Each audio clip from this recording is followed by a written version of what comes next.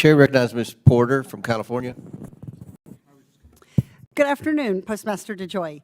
How many pieces of election mail did your agency handle this year? About 99 million, 100 million. 99 million? Okay, and Republicans, Democrats, Independents, we are all seeing people use mail-in ballots, and they all deserve peace of mind that their ballots got delivered safely and quickly.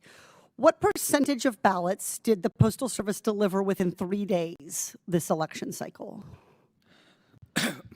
From voters to, excuse me. Are you asking me from voters to election officials? Yes. Like 99.5%. Yeah, so we have something like 97.7, so we're in agreement that it's a really, really high number. You did a terrific job. It's impressive. I will not say anything, well, I will go ahead and say the cringe thing, mission accomplished. But here's the fine print.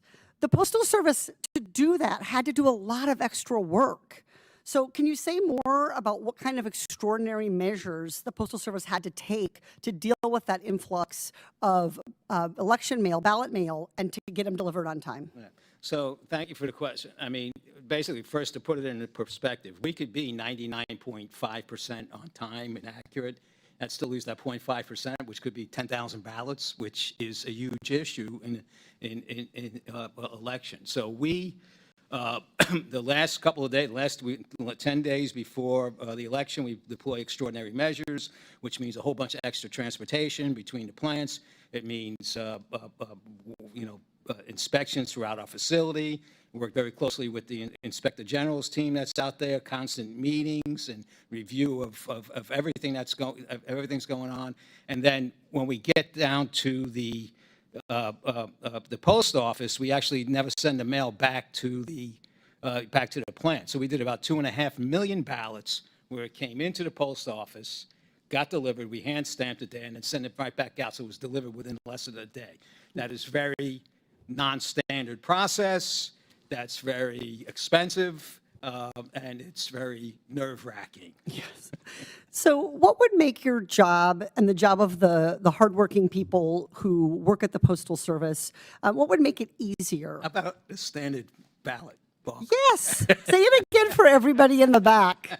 How about a standard ballot envelope with a barcode on it? A standard ballot envelope. So one of the things those envelopes would have would be a USPS compliant barcode, which would make it easier and more quickly could scan all that.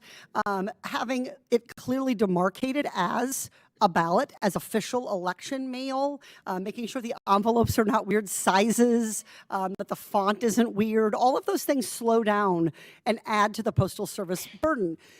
You have clearly are aware, Postmaster DeJoy, of my bill called the Vote by Mail Tracking Act.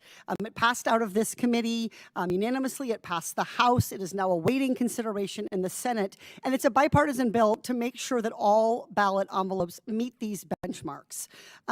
These design elements would really, really help make sure that we can get the election mail delivered efficiently and quickly.